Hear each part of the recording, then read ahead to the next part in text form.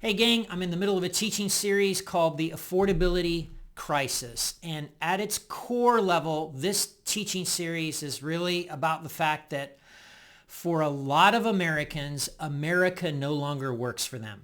The bigger things in life, whether it's healthcare or housing or college tuition or childcare, have simply outpaced wages for a lot of people. So here's what I'm not doing with this teaching series. I'm not Dave Ramsey with the headphones on in a kind of high and mighty thing saying to a family whose household income is $45,000 a year and they're trying to raise two kids, well, of course, you should be able to live on 50% of what you make and you should be radically saving 20%. And if you're buying a home, you should put at least 20% down and like, no, I'm not Dave Ramsey, okay?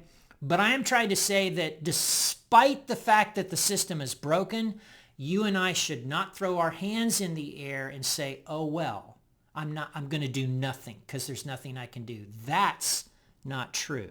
So I want you to take back your power, as some people like to say, and actually try and make America work for you, even though America isn't working really well.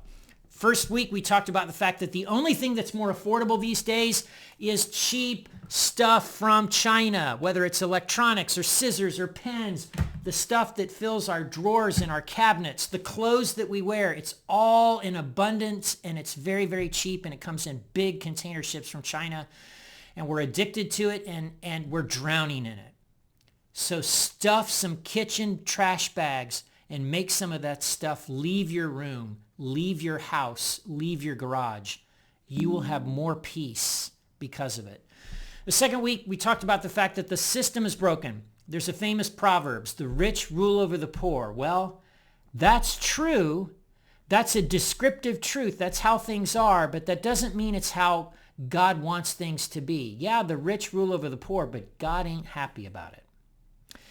And then the third week, we talked about the fact that you can be completely random when it comes to your finances. Like, I don't know, money kind of just appears into the checkbook and it disappears. I don't know, like stuff just gets charged to the credit card. Like, you can be completely random or you can take charge of your finances, track where your money goes and start bossing it around and telling it what to do, okay?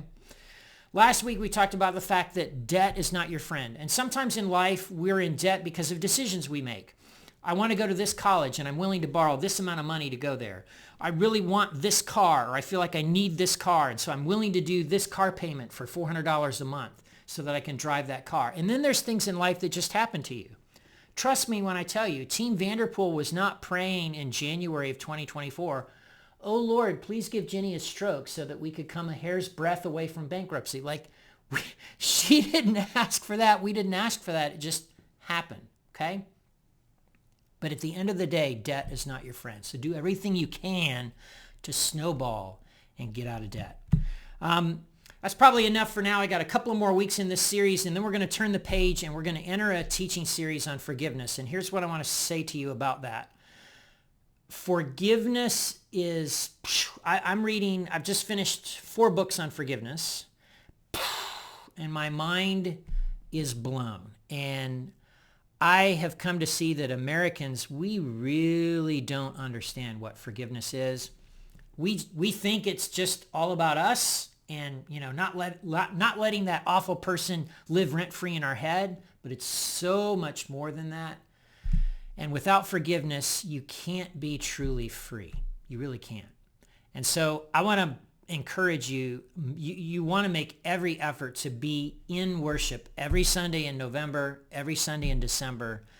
There's some powerful things about forgiveness that could make a huge difference in your life and in mine. So that's probably enough for now. I just wanted to give you kind of an overview of the series and where we're headed, and I hope to see you on Sunday.